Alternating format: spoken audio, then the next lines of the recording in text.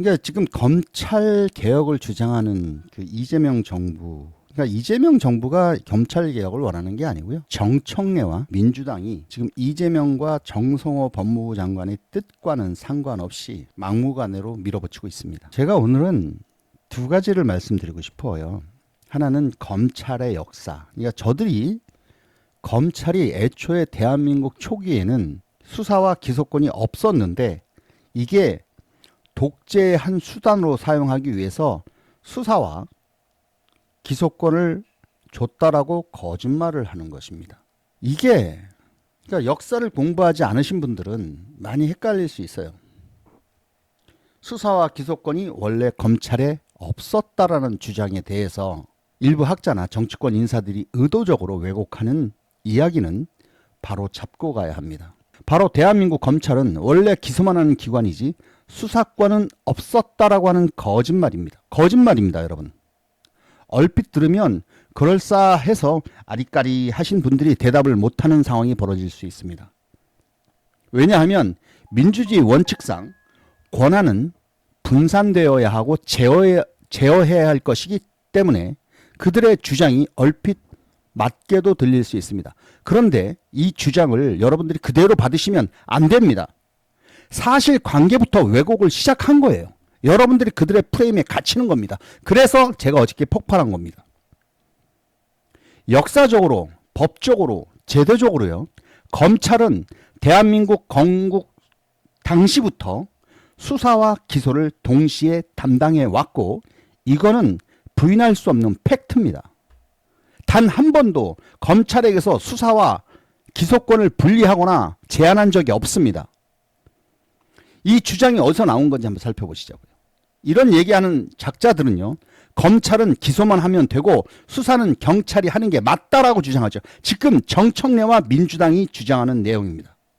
근거로 드는 게 뭐냐? 프랑스식 제도입니다.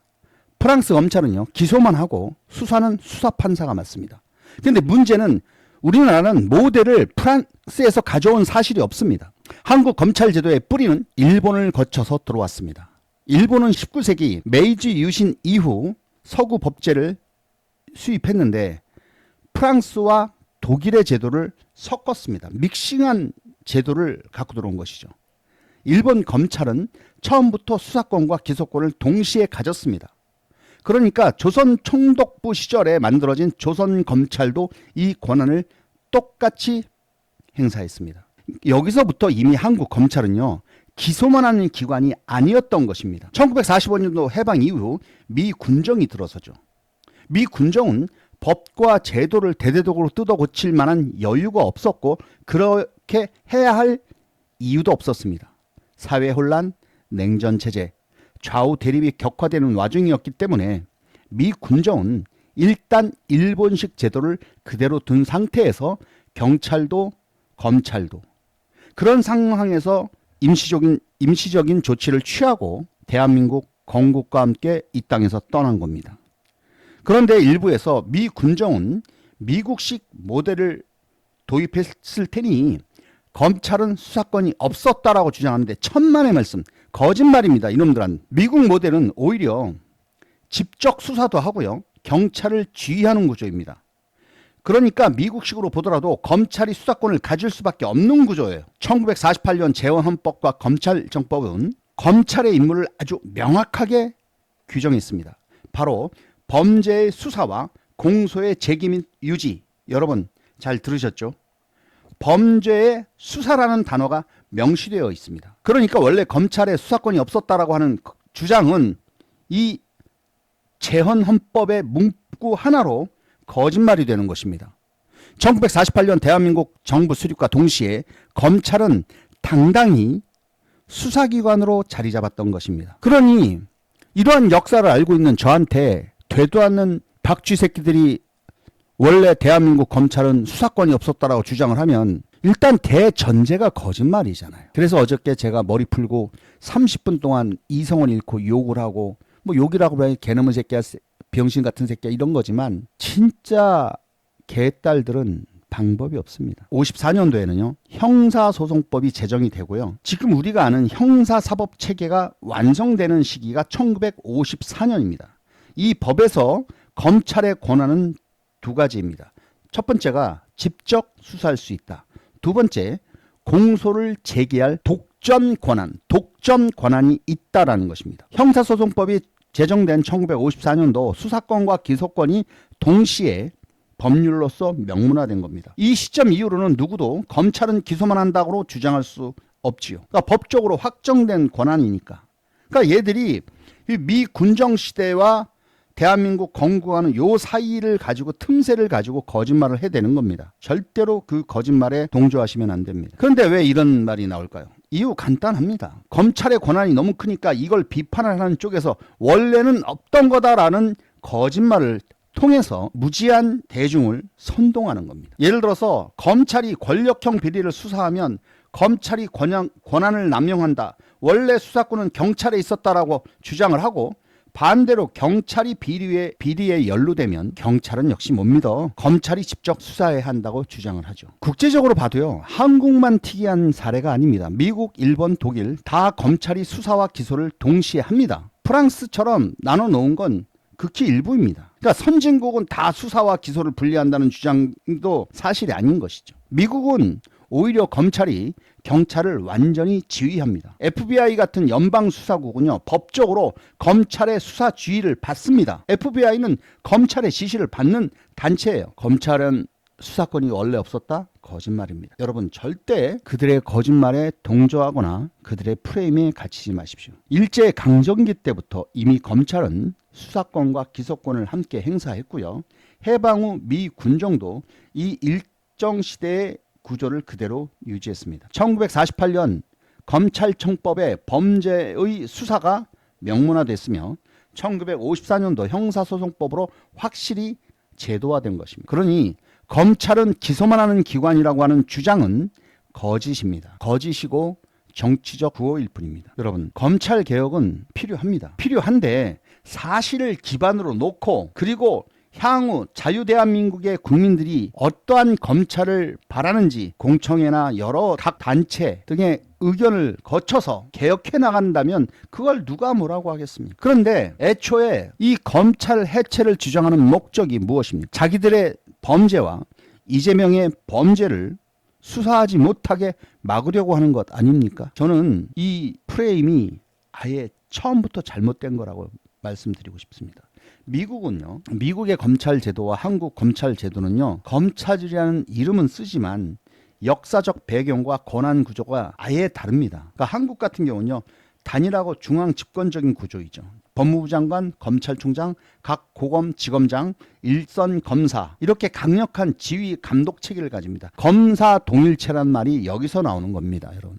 그러나 미국은 분권형 구조입니다. 연방 차원의 검찰이 있고요. 주 차원의 검찰이 있습니다. 각 주와 각 카운티 검사장은 주민이 직접 선출하는 경우가 많아서 정치적 책임성이 큽니다. 그러니까 연방 검찰은 그러하지 않지만 각 주 지방자치제의 검사는 주민이 투표로 선출을 합니다. 그러나 연방과 주가 사건을 병행 수사할 수도 있고요. 사건의 성격에 따라서 각자의 관할권이 달라집니다. 수사권은 어떠합니까? 한국은 검찰이 직접 수사하고 기소 모두 독점을 합니다. 경찰도 수사하지만 최종 지휘권과 기소 독점권은 검찰에 있습니다. 최근 들어 수사권 조정으로 검찰의 수사 범위가 일부 중대범죄로 제한됐지만 검찰은 수사를 합니다. 미국은 검찰이 수사기관을 직접 거느리진 않습니다. 수사는 주로 경찰, FBI, DEA 같은 수사기관이 담당을 하고 그러나 검찰이 대배심을 통해서 수사를 지휘하거나 기소 여부를 결정하며 수사기관과 긴밀하게 협력을 한다고 합니다. 특정 사건은 연방경찰이, 여러분 주 검찰과 검찰은 다릅니다. 연방검찰이 직접 수사팀을 꾸려 움직이는 경우가 있습니다. 뭐 대형 금융사고이거나 마피아, 조폭, 연방검찰이 직접 수사와 기소를 독점합니다. 기소권 역시 마찬가지죠. 한국은 검찰만이 검사가 기소 독점주의로 독점하게 됩니다. 피해자가 원한다고 검찰이 불기소하면 형사재판이 이루어지지 않죠. 그러나 최근에는 재정신청 제도를 통해서 법원의 심사를 요청할 수 있게 되었지만 어쨌거나 검찰이 불기소 처분하면 형사재판으로 가기가 쉽지 않습니다. 미국은 기소권도 이제 검찰이 역시 똑같이 같지만 하지만 대배심 절차를 거쳐야 하는 경우가 많습니다. 대배심. 우리와 좀 다르죠.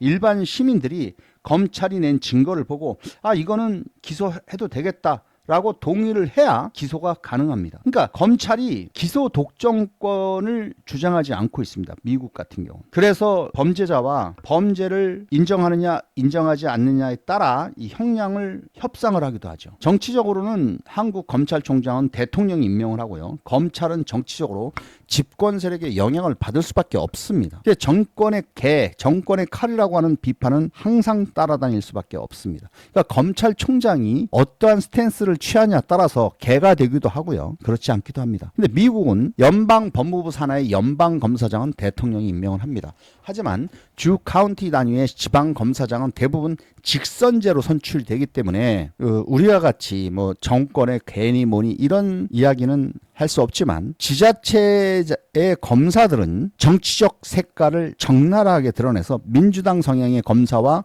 공화당 성향의 검사 등이 실제로 자기 정치 성향을 드러내고 일을 합니다. 또 검찰이 수사를 개시하고 기소, 공판, 유지까지 모두 한국 검찰이 갖고 있죠. 그래서 사건의 시작부터 끝까지 한 기관이 책임 있게 수사와 기소까지 공판까지 이렇게 이제 권한 집중이 되면서 말들이 나오게 되는 것이고, 미국은 기소 전 단계는 대배심이라는 시민 통제 장치가 존재합니다. 수사기관은 FBI, 경찰, 검찰이 나눠서 협력을 하고요. 법원도 수사 단계에서 영장 발부, 증거 개시 이런 제도로 검찰을 견제합니다. 그러니 여러분, 저 좌파 지지자, 이재명 지지자들이 하는 검찰은 애초에 수사권이 없었다라고 하는 건 새빨간 거짓말입니다. 저 이재명 씨부터 3실장을 포함해서 이재명 정부의 모든 자들이 거짓말을 일삼고 있고요. 그를 지지하는 자들조차도 오픈 채팅방에 다수가 있는 방에 와서 거짓을 화두로 던지며 시작을 합니다. 거짓말을 일상으로 삼는 자들입니다. 우리는 그들의 거짓말 프레임에 갇히면 안 되는 거죠.